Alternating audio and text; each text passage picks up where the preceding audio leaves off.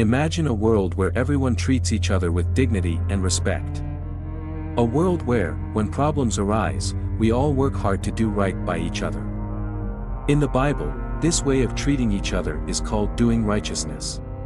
But how are we supposed to know how to always do right by others? Jesus, like any Israelite teacher, believed that we can learn righteousness through studying God's wisdom found in the ancient scriptures, the Torah, and the prophets, so studying things like the laws that God gave ancient Israel. Jesus believed that God's wisdom can be found within those laws if we meditate on them. Ancient laws can teach us how to do right by each other today. Let's watch how Jesus applies this wisdom in the Sermon on the Mount. Jesus will first quote a command from the Torah, and then reveal God's wisdom underneath the command. He starts with a pretty intense topic, murder. Jesus begins, "You have heard that it was said to the ancients, 'You shall not commit murder.'" He's quoting from the 10 Commandments here. Jesus says that everyone who is angry with his brother will be guilty in the court, and whoever says to his brother, "You good for nothing," will be guilty in the high court. So Jesus is equating anger and name-calling with murder. He got your attention, didn't he? Obviously, murdering someone is worse than just getting mad and calling someone a name. But that's not his point. Jesus is provocatively showing how murder, anger, and verbal abuse are all surface manifestations of something deeper, how much you value, or don't value, someone's existence. The next case study is about adultery. Jesus says, "You have heard that it was said, 'You shall not commit adultery.'" Again, quoting from the 10 Commandments here, Jesus explains that everyone who keeps on staring at a woman in order to stir up sexual desire has already committed adultery with her in his heart. Jesus isn't talking about merely finding someone attractive, but about the long, creepy stare that objectifies someone, looking at them like they exist for your own pleasure. When we do this, we are stripping a fellow human of their God-given dignity, even if we keep our hands to ourselves.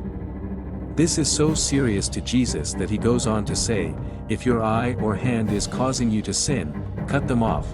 Jesus was the master of hyperbole, emphasizing that the real problem is in our hearts, not our eyes or our hands. But he's trying to make clear that the stakes are really high. The third case study is on divorce. Jesus says, "It has also been said, 'Whoever sends away his wife, he must give her a certificate of divorce.'" In Jesus' day, only Israelite men could initiate a divorce, leading to many problems, but divorce was allowed, though only one law in the entire Torah addressed the issue. Jesus just quoted from it. The law said that if a man initiates a divorce, he has to do it in the proper way and for a legitimate reason. This was a hot debate in Jesus' day.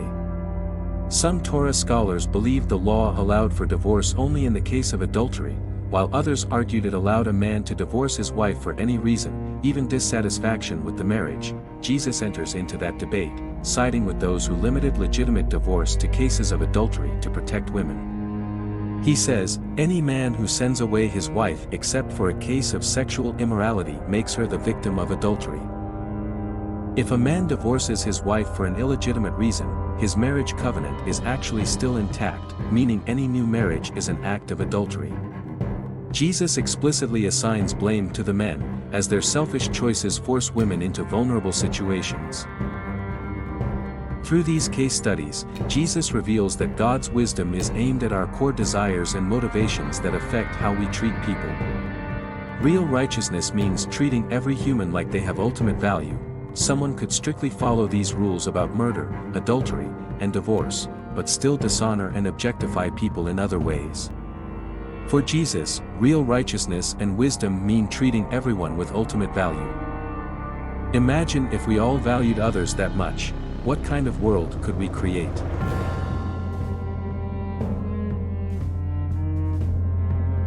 Thank you for watching. Don't forget to like, comment, and subscribe for more insights into the teachings of Jesus and how they apply to our lives today.